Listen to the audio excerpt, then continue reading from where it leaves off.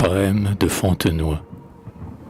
Quoi, du siècle passé, le fameux satirique aura fait retentir la trompette héroïque, aura chanté durant les bords ensanglantés, ses défenseurs mourants, ses flots épouvantés, son Dieu même en fureur, effrayé du passage, cédant nos aïeux son onde et son rivage.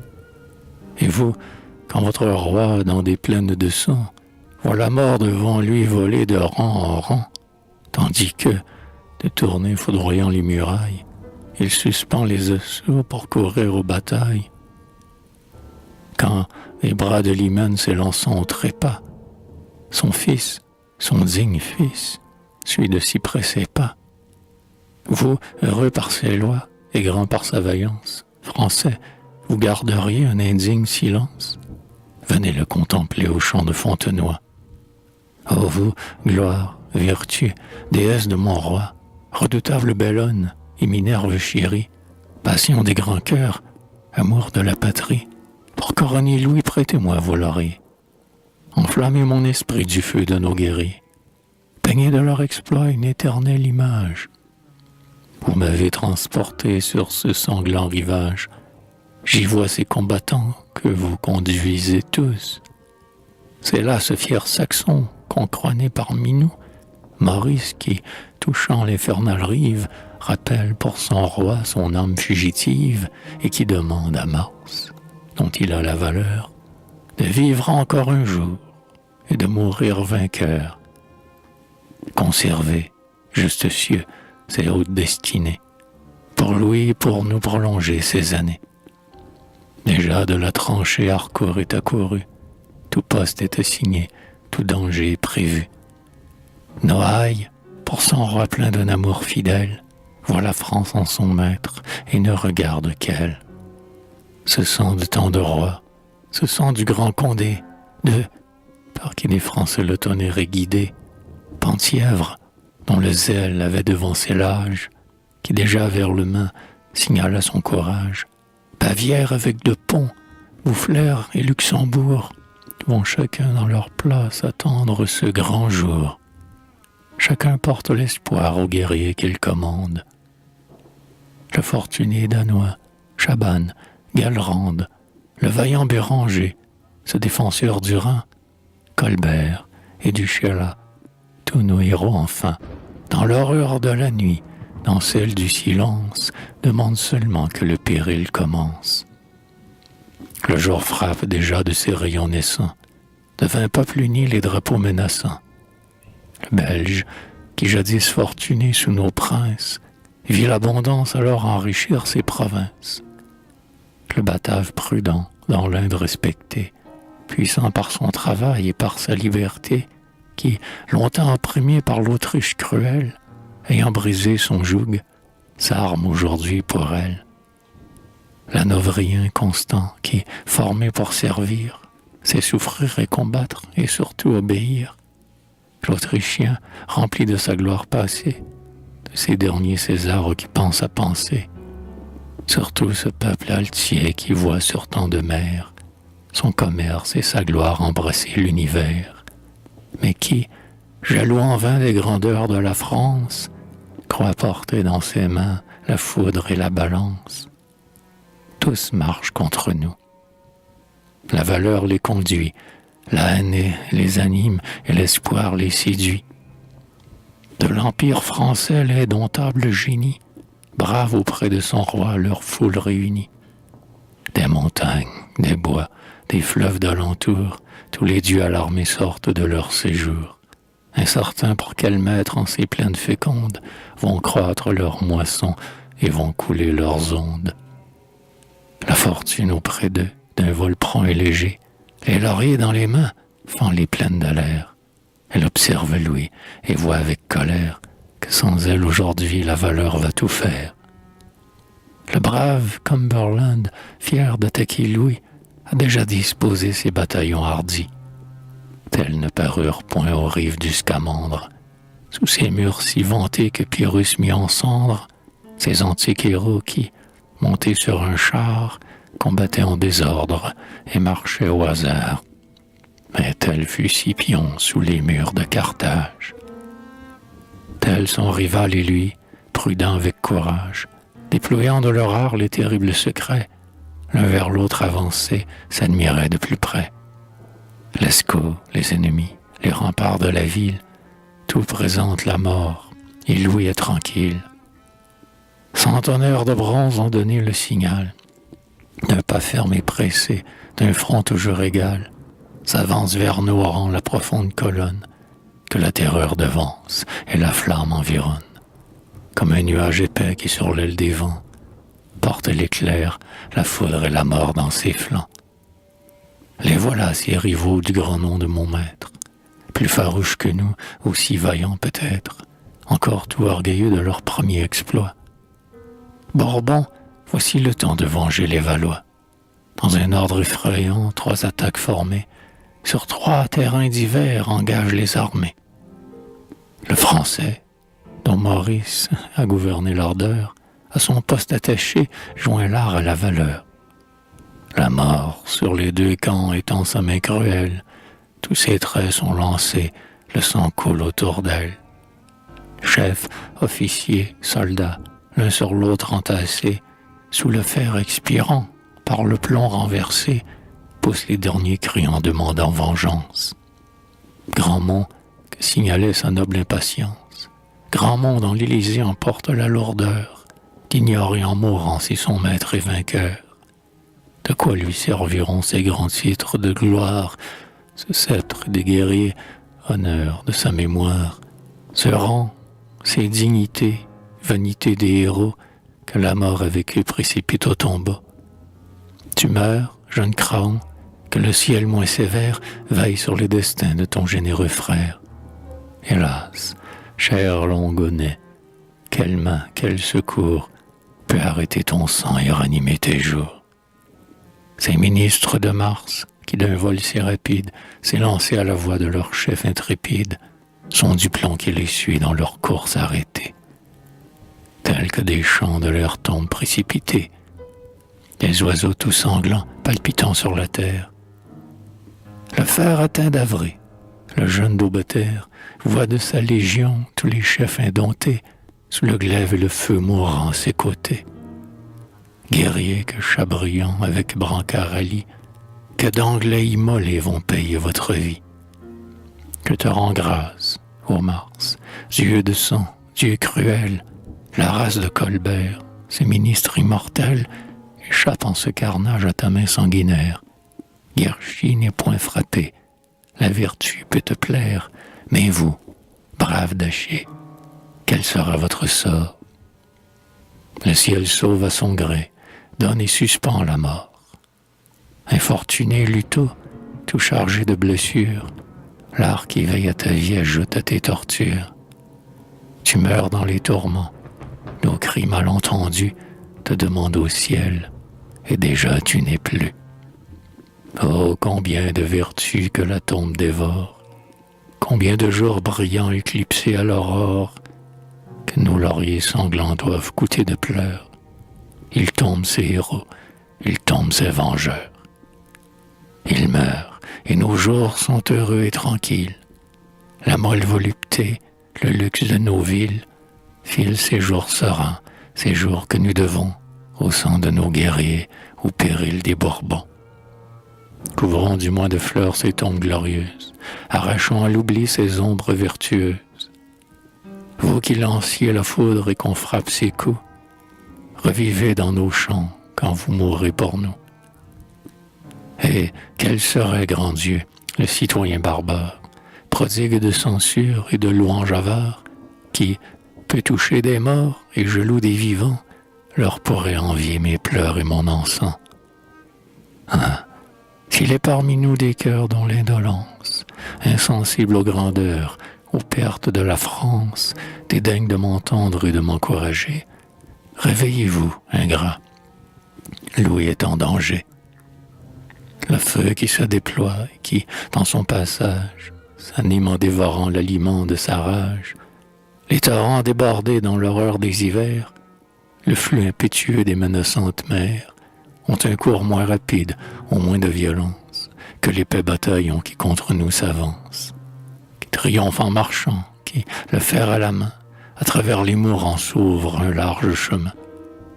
Rien n'a pu l'arrêter. Mars pour lui se déclare. Le roi voit le malheur, le brave et le répare. Son fils, son seul espoir. Ah, cher prince, arrêtez. Où portez-vous ainsi vos pas précipités? Conservez cette vie au monde nécessaire. Louis craint pour son fils, le fils craint pour son père. Nos guerriers tout sanglants frémissent pour tous deux. Seul mouvement d'effroi dans ces cœurs généreux. Vous qui gardez mon roi, vous qui vengez la France, vous, peuple de héros dont la foule s'avance, accourez, c'est à vous de fixer les destins. Louis, son fils, l'État, l'Europe est en vos mains. Maison du roi, marchez, assurez la victoire. Soubise et Péquigny vous mènent à la gloire. Paraissez, vieux soldats, dont les bras éprouvés lancent de loin la mort, que de près vous bravez. Venez, vaillante élite, honneur de nos armées. Partez, flèches de feu, grenades enflammées. Phalanges de Louis, écrasées sur vos coups, ces combattants si fiers et si dignes de vous. Richelieu, quand tout lieu emporte son courage, ardent mais éclairé, vif à la fois et sage, favori de l'amour, de Minerve et de Mars, Richelieu vous appelle, il n'est plus de hasard. Il vous appelle, il voit d'un œil prudent et ferme des succès ennemis, la cause et le terme. Il vole, et sa vertu secondant vos grands cœurs, il vous marque à la place où vous serez vainqueur. De remparts de gazon, faible et prompte barrière, que l'art oppose à peine à la fureur guerrière, la marque, la Vauguignon, Choiseul, de même effort, arrête une armée et repousse la mort. D'Argenson, qu'enflammaient les regards de son père, la gloire de l'État, à tous les siens si chers, le danger de son roi, le sang de ses aïeux, assaillé par 3 fois ce corps audacieux. Cette masse de feu qui semble impénétrable. On l'arrête. Il revient, ardent, infatigable, ainsi qu'au premier temps par leur coup redoublé. Les béliers enfonçaient les remparts ébranlés. Ce brillant escadron, fameux par 100 batailles, lui par qui Catinat fut vainqueur à Marseille, arrive, voit, combat et soutient son grand nom. Tu suis du Chastelet, jeune Castelmoron, toi qui touches encore à l'âge de l'enfance, toi qui, d'un faible bras qu'affermit ta vaillance, reprends ces étendards déchirés et sanglants, que l'orgueilleux anglais emportait dans ses rangs. C'est dans ces rangs affreux que Chevrier expire. Monaco perd son sang et l'amour en soupire. Anglais, sur du Guesclin 2 fois tombent vos coups. Frémissez à ce nom si funeste pour vous. Mais quel brillant héros au milieu du carnage, renversé, relevé, s'est ouvert un passage. Biron, tel on voyait dans les plaines d'Ivry, tes immortels yeux suivre le grand Henri. Tel était ce Crillon, chargé d'honneur suprême, nommé brave autrefois par les braves eux-mêmes. Tel étaient ces Daumont, ces grands Montmorency, ces Créquy si vantés renaissant dans leurs fils. Tel se forma Turenne au grand art de la guerre. Près d'un autre Saxon, la terreur de la terre, quand la justice et Mars, sous un autre Louis, frappait l'aigle d'Autriche et relevait les lys. Comment ces courtisans doux, enjoués, aimables, sont-ils dans les combats des lions indomptables? Quel assemblage heureux de grâce, de valeur, Boufflers, Meuse, Daillon, Turin, bouillant d'ardeur, à la voix de Louis courait, trop intrépide. Que les Français sont grands quand leur maître les guide. Ils l'aiment, ils vaincront. Leur père est avec eux. Son courage n'est point cet instinct furieux. Secours ou emporter cette valeur commune. Maître de son esprit, il est de la fortune. Rien ne trouble ses sens, rien n'éblouit ses yeux. Il marche, Il est semblable à ce maître des dieux qui, frappant les titans étonnants sur leur tête, d'un front majestueux dirigeait les tempêtes. Il marche, et sous ses coups la terre au loin mugit. L'escaut fuit, la mer gronde, et le ciel s'obscurcit. Sur un nuage épais que, des antres de l'ours, les vents affreux du nord apportent dans leur course, les vainqueurs des Valois descendent en courroux. Cumberland, disent-ils, nous n'espérons qu'en vous. Courage, rassemblez vos légions altières. Bataves, revenez, défendez vos barrières. Anglais, vous que la paix semble seule alarmer, vengez-vous d'un héros qui daigne encore l'aimer. Ainsi que ses bienfaits, craindrez-vous sa vaillance. Mais ils parlent en vain. Lorsque Louis s'avance, leur génie est dompté, l'Anglais est abattu, et la férocité le cède à la vertu. Clare avec l'Irlandais, qu'animent nos exemples, venge ses rois trahis, sa patrie et ses temples. Peuple sage et fidèle, heureux Helvétiens, nos antiques amis et nos concitoyens, votre marche assurée, égale, inébranlable, des ardents Neustriens suit la fougue indomptable. Ce Danois, ce héros qui, des frimas du Nord, par le dieu des combats fut conduit sur ce bord, admire les Français qu'il est venu défendre. 1000 cris redoublés près de lui font entendre. Rendez-vous ou mourrez, tombez sous notre effort. C'en est fait, et l'Anglais craint Louis et la mort. Allez, braves d'Estrée, achevez cet ouvrage, enchaînez ces vaincus échappés au carnage. Que du roi qu'il bravait, il implore l'appui. Ils seront fiers encore, ils n'ont cédé qu'à lui. Bientôt vole après eux ce corps fier et rapide, qui, semblable au dragon qui l'eut jadis pour guide, toujours prêt, toujours prompt, de pied ferme, en courant, donne de deux combats le spectacle effrayant.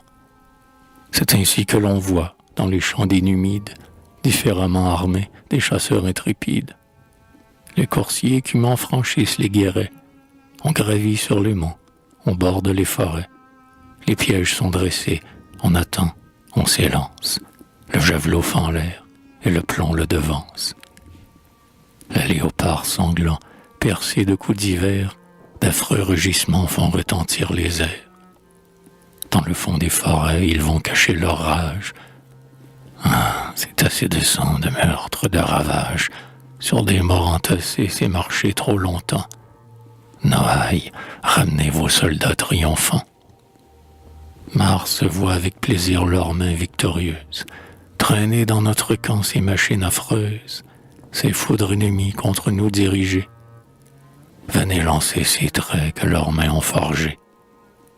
Qu'ils renversent par vous les murs de cette ville, du Batave indécis la barrière et l'asile, ces premiers fondements de l'empire d'Hélice, par les mains de mon roi pour jamais affermis. Déjà tournés se rond, déjà ganse épouvante, Charles Quint s'en aimait, son ombre gémissante pousse un cri dans les airs. Il fuit de ce séjour où pour vaincre autrefois le ciel le mit au jour. Il fuit, mais quel objet pour cette ombre alarmée. Il voit ces vastes champs couverts de notre armée. L'Anglais 2 fois vaincu, cédant de toutes parts, dans les mains de Louis laissant ses étendards. Le Belge en vint caché dans ses villes tremblantes, les murs de Gand tombés sous ses mains foudroyantes, et son char de victoire en ses vastes remparts, écrasant le berceau du plus grand des Césars, Ostende, qui jadis a, durant 3 années, bravé de 100 assauts les fureurs obstinées, en 10 jours à Louis cédant ses murs ouverts, et l'Anglais frémissant sur le trône des mers. Français, heureux guerriers, vainqueurs doux et terribles, revenez, suspendez dans nos temples paisibles ces armes, ces drapeaux, ces étendards sanglants. Que vos chants de victoire animent tous nos chants. Les palmes dans les mains, nos peuples vous attendent. Nos cœurs volent vers vous, nos regards vous demandent. Vos mères, vos enfants, près de vous empressés, encore tout éperdus de vos périls passés, vont baigner dans l'excès d'une ardente allégresse, vos fronts victorieux de larmes de tendresse. Accourez, recevez, à votre heureux retour, le prix de la vertu par les mains de l'amour.